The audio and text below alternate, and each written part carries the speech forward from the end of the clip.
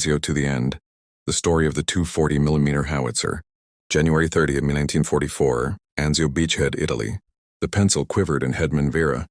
Hoffman's hand as he pressed it against the concrete wall of his command bunker, jotting down what he had just observed through the periscope. The American artillery was unlike anything imaginable. Bunker Louisa had vanished. 4 feet of reinforced concrete obliterated in an instant. Through the smoke and debris, he could see the gaping crater, marking the spot where the stronghold had stood for 8 months.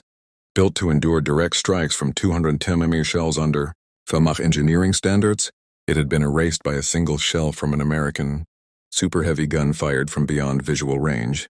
32 men of the 3rd Panzer Grenadier Division perished alongside tons of concrete and steel.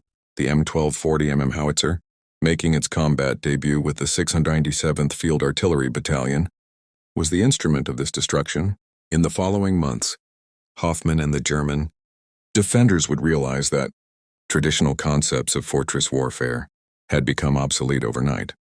The U.S. Army had introduced a weapon capable of turning even the strongest bunkers into graves with mathematical precision.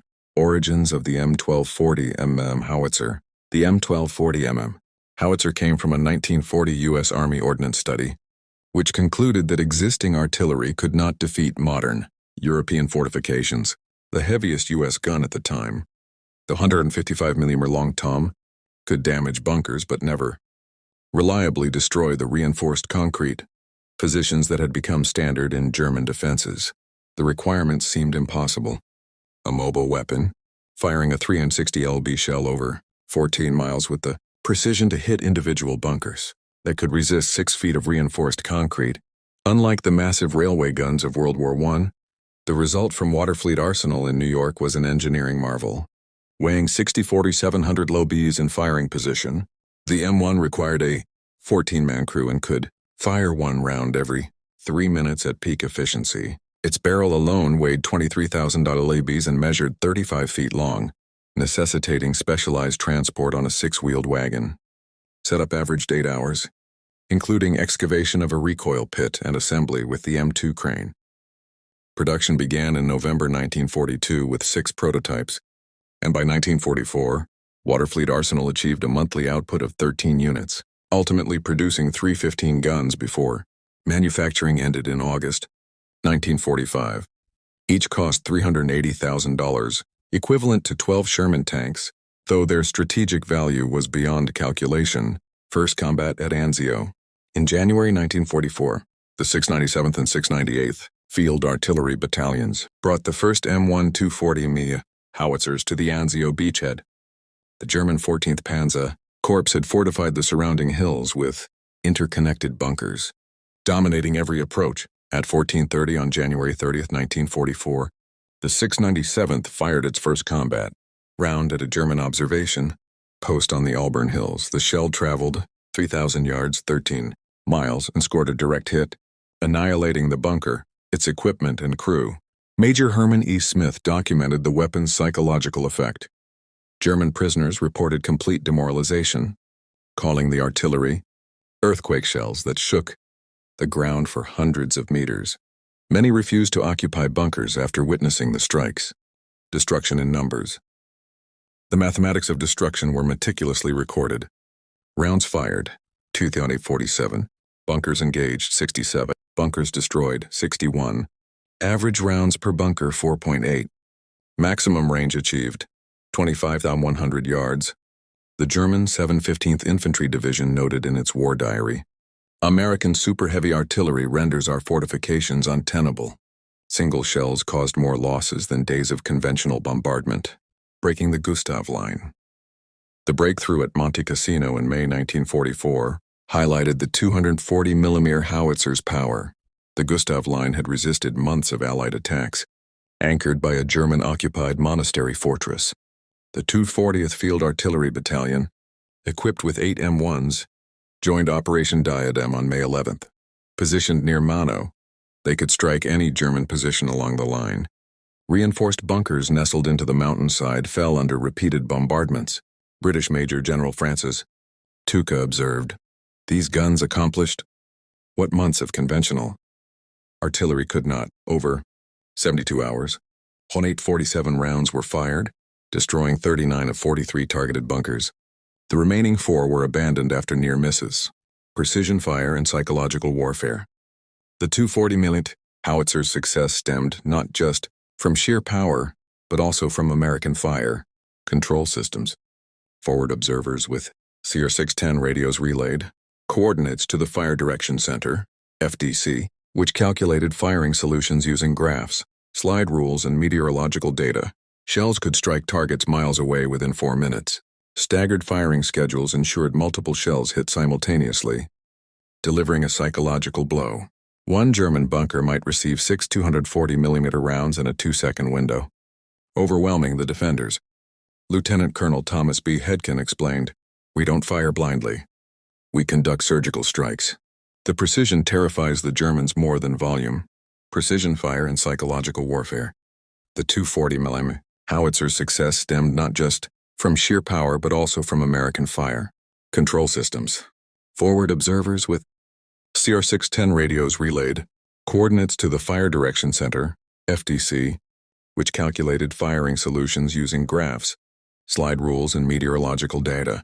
Shells could strike targets miles away within 4 minutes. Staggered firing schedules ensured multiple shells hit simultaneously, delivering a psychological blow. One German bunker might receive 6 240mm rounds in a 2-second window, overwhelming the defenders. Lieutenant Colonel Thomas B. Hedkin explained, "We don't fire blindly.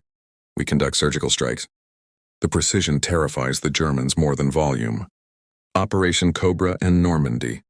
During the July 1944 Normandy breakout, 4 M1240 Howitzers from the 19th Corps participated in Operation Cobra. The 272nd Field Artillery Battalion systematically destroyed German strongpoints around St. Lo, including Hill 122. Technical Sergeant Raymond Jones noted, "We fired 3 rounds and the bunker was gone. The Germans thought they were safe, but they weren't." The psychological impact was immediate. German elite units, including the 3rd Parachute Division, abandoned positions rather than face bombardment. Their commander, General Richard Schey, admitted, "Your super-heavy artillery made static defense impossible." The Gothic Line and Fuda Pass. The 240mm Howitzer proved invaluable in mountain warfare. German engineers spent a year building fortifications along the E9 ridges. The 697th Field Artillery Battalion positioned their howitzers in valleys below the Gothic Line in September 1944, delivering near-vertical fire onto reverse slopes. At Fuda Pass, they destroyed bunkers in 5 days, with bunker collapses causing more casualties than direct combat. The 4th Parachute Division's diary noted, "American super-heavy shells penetrate previously safe overhead cover. Morale collapses. West Wall assaults." The 265th Field Artillery Battalion deployed their M1 against the West Wall in September 1944, engaging heavily fortified positions with concrete walls up to 8 feet thick. At the Scharnhorst line, they fired 238 rounds in 6 hours, destroying 19 of 22 bunkers. Corporal Robert Williams observed, "Each 240mm hit was like a small earthquake. Concrete bunkers vanished in minutes." Logistics, production, and industrial might. The 240mm Howitzer's effectiveness relied on U.S. industrial capacity. Each battalion required 5,000 shells daily, totaling 1,836 tons of ammunition, fuel, and specialized equipment. Production at Waterfleet Arsenal peaked at 9,100 employees, including 35% women performing precision machining. Manufacturing required 65 tons of steel per barrel, 47 machining operations, heat treatment at 1/500 degree, and meticulous assembly. Out of 315 guns produced, only 2 failed acceptance tests. None failed catastrophically in combat.